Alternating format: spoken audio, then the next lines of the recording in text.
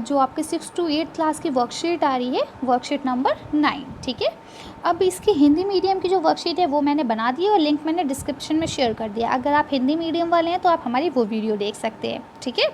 और हमने 1 to 8 worksheets भी बना दी हैं और वो आपको प्लेलिस्ट में मिल जाएंगी, आप वहाँ जाके ले सकते हैं। मैंने प्लेलिस्ट में एक बना दिया है कॉलम जिसमें मैंने वर्कशीट करके उसका नाम लिखा है। आप उसमें जाके CBSE से ही आने वाली सारी वर्कशीट्स देख सकते हैं जो अभी तक आ चुकी हैं। चलिए अब हम लोग इसे शुरू करते हैं। तो पहले की तरह सेम आप इसे लिख लेंगे। तो अब आप पहले यहाँ देखिए कि आपको विषय यानी कि सब्जेक्ट दे दिया गया है ना, विषय सब्जेक्ट, ठीक है।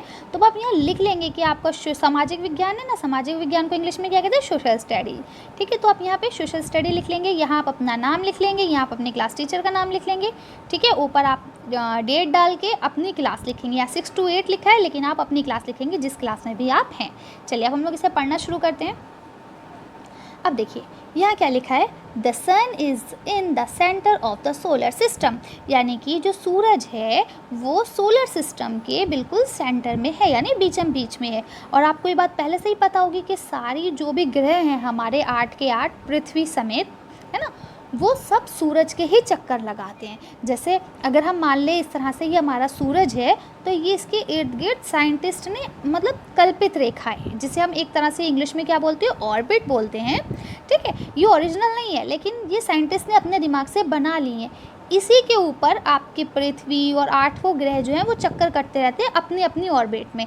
मान लीजिए अगर हम इसे मान लें कि ये ऑर्बिट जो है ये पृथ्वी का है तो पृथ्वी इस पर ही चक्कर काटेगी, या इसके बाद ये वाला मार्स का ऑर्बिट अगर हम मान लें तो अब मार्स जो है वो इसी पे ही चक्कर काटेगा, ठीक है। चलिए, it is hug and made of extremely hot gases, यानी ये बहुत बड़ा है, हग माने होता है बड़ा, और बहुत ज़्यादा गर्म गैसों से मिलकर बना है। It provides the pulling force that bind the solar system, यानी कि ये एक खिंचाव पैदा करता है, ठीक है। वो खिंचाव सोलर सिस्टम को आपस में बांध कर रखती है, ठीक। The sun is ultimate source of the heat and light of for the solar system, यानी सूरज ही एक ऐसा अल्टीमेट मतलब एक सिस्टम है जो सोर्स है अकेला, जो लाइट और गर्मी पूरे सोलर सिस्टम को देता है।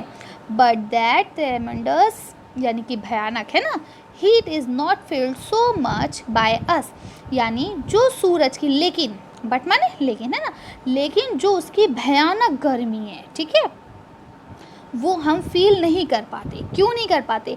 Because depths begin our nearest star, ठीक है, हम ये बात मानते हैं कि वो हमारा सबसे करीबी तारा है, सूरज को भी एक तारा माना जाता है, ठीक है। मतलब वो हम मानते हैं कि वो बहुत करीब है। इट इज़ फार, लेकिन वो हमसे दूर है। कहने को तो वो हमारे करीब है लेकिन वो हमसे दूर है। फार अवे फ्रॉम अस, यानी हमसे वो बहुत दूर है। The sun is about 150 million kilometre away from the earth, यानी कि जो सूरज है वो हमारी पृथ्वी से लगभग 150 किलोमीटर, 150 मतलब किलोमीटर जो है वो दूर है। मिलियन माने करोड़, है ना, 150 करोड़ किलोमीटर दूर है वो हमारे उससे। There are 8 planets in our solar system, यानी हमारे सोलर सिस्टम में 8 प्लैनेट्स हैं, ठीक है।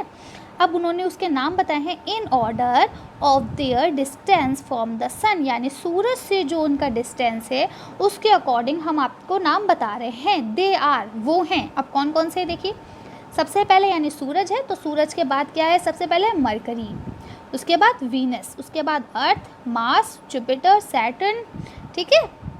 उसके बाद आपका क्या है, यूरेनस और नेपच्यून, ठीक है। तो इस तरह से ये आपके सारे 8 के 8 हो गए।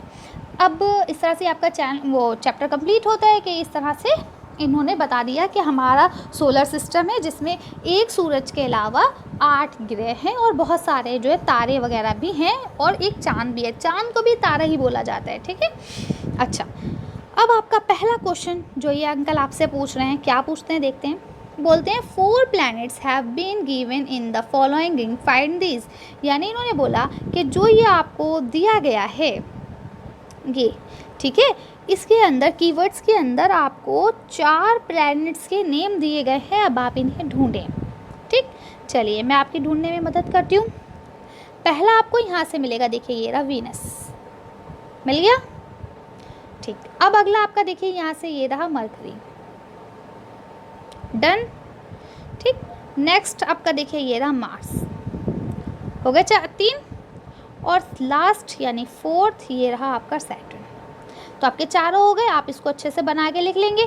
अच्छा देखिए इसके अलावा यहाँ पे ये देखिए मून भी है, लेकिन मून आपका प्लैनेट नहीं है, इसलिए आप इसको काउंट नहीं करेंगे। ओके, चलिए अब आपका अगला क्वेश्चन ये है जो ये मैडम आपसे पूछ रही है। क्या पूछती हैं? Draw a diagram of solar system, यानी आप सोलर सिस्टम का डायग्राम बनाइए। ठीक है, चलिए उसे भी देख लेते हैं एक बार। अब आप देखिए यहाँ से लिखेंगे, ये हो जाएगा आपका सन, SUN, सन। ठीक है, सन माने सूरज। तो अब आप यहाँ से लिख लेंगे सूरज। और उसके बाद अब आप देखिए, अगर क्योंकि आपको इसको बनाना है इस डायग्राम को, तो आप एज इट इज़ बना सकते हैं। बस आपको एक काम ये करना है कि ये जो प्लूटो है इसको नहीं बनाएंगे आप ऑर्बिट पे, क्योंकि अब ये प्लैनेट नहीं बल्कि ये एक स्टार माना जा रहा है। ठीक है, यानी कि अब ये ग्रह नहीं रह के तारा हो गया है। ठीक, तो अब आप यहाँ पे बनाएंगे। देखिए फर्स्ट ऑर्बिट ये इस तरह से आपकी पहली ऑर्बिट आ रही है, जिसमें आपको क्या मिल रहा है? मरकरी। कौन सा मिल रहा है? मरकरी। मरकरी माने क्या होता है? बुध ग्रह। कौन सा ग्रह? बुध ग्रह। ठीक है, तो बा में ऊ की मात्रा और ध, बुध। तो ये मरकरी है, यानी कि बुध ग्रह। और उसके बाद आपका अगला कौन सा है? नेक्स्ट ऑर्बिट पे है आपका वीनस। वीनस माने क्या होता है? शुक्र ग्रह। कौन सा ग्रह है ये? शुक्र ग्रह। ठीक है, और उसके बाद थर्ड ऑर्बिट पे जो आता है, थर्ड ऑर्बिट पे क्या आता है? यानी हमारी पृथ्वी, अर्थ। ठीक है, उसके बाद तो आप इसे ऐसे लिख लेंगे पृथ्वी, क्योंकि ये पृथ्वी है यानी कि अर्थ। ओके, उसके बाद देखिए आपका जो फोर्थ ऑर्बिट है, फोर्थ ऑर्बिट पे आपका क्या आता है? मार्स। कौन सा ग्रह आता है? मार्स, जिसे हम लोग हिंदी में क्या बोलते हैं? मंगल। ठीक है, यानी मंगल ग्रह। ठीक, अब आपका फिफ्थ ऑर्बिट पे कौन सा आता है? ये आपका फिफ्थ ऑर्बिट आया। इस फिफ्थ ऑर्बिट में आपका क्या आता है? जुपिटर। ठीक है, और जुपिटर को हम लोग क्या बोलते हैं? बृहस्पति। ठीक है, तो ये आपका बृहस्पति ग्रह हो गया। इस तरह से ये आपकी स्पेलिंग हो गई बृहस्पति की। ठीक है, अब इसके बाद आपका जो सिक्स्थ ऑर्बिट पे आता है वो आपका क्या आता है? सैटर्न आता है। ये रहा आपका सिक्स्थ ऑर्बिट। इस पे आपका कौन सा आया? सैटर्न। यहाँ देखिए लिखा हुआ आपको दिख रहा है, और इसको हिंदी में हम लोग क्या बोलते हैं? शनि। तो आप इसको शनि लिख लेंगे, देखिए इस तरह से। ओके, उसके बाद आपका सिक्स्थ ऑर्बिट पे कौन सा आता है? सेवन्थ ऑर्बिट पे क्या आता है? यूरेनस। इसको हिंदी में भी यही बोलते हैं, तो आप इसको इस तरह से लिख लेंगे, यूरेनस। ओके, तो ये आपका लिख गया। अब 8th ऑर्बिट पे जो आता है वो क्या आता है? आपका नेपच्यून। ये रहा 8th ऑर्बिट, और ये रहा आपका नेपच्यून। इस तरह से आप इसको लिख लेंगे नेपच्यून। ठीक है, आधा चा, फिर पूरा चा, और उसके बाद ना। ठीक है, और लास्ट में जो ये आपको प्लूटो दे रखा है, ये अब ग्रह नहीं है, बल्कि ये क्या हो गया है? ये एक चांद, मतलब एक तारा बना दिया गया है। पहले ही हमारे ग्रहों में आता था, यानी पहले हम इसे प्लैनेट में शामिल करते थे, लेकिन अब इसे हम प्लैनेट्स में शामिल नहीं करते। ठीक है, तो इस तरह से ये क्वेश्चन आपका यहाँ कंप्लीट हो जाएगा। चलिए नेक्स्ट देखते हैं।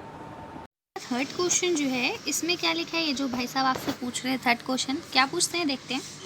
Suppose the sun does not arise one day, what effect is would have on your life, यानी कि अगर एक दिन सूरज नहीं निकले तो आपकी ज़िंदगी पे इसका क्या असर पड़ेगा। चलिए इसका आंसर देख लेते हैं। यहाँ से लिखेंगे it effect on our daily life, यानी कि ये हमारी रोज़मर्रा की ज़िंदगी पे असर करेगा। ठीक है, अब इसका अगला लिखेंगे आप, फॉलोइंग आर दिस इफ़ेक्ट्स। अब वो इफ़ेक्ट क्या क्या हैं वो आपको नीचे दिए गए हैं। Number 1, we will not get the solar energy, यानी हमें सूरज से मिलने वाली जो एनर्जी है वो नहीं मिलेगी।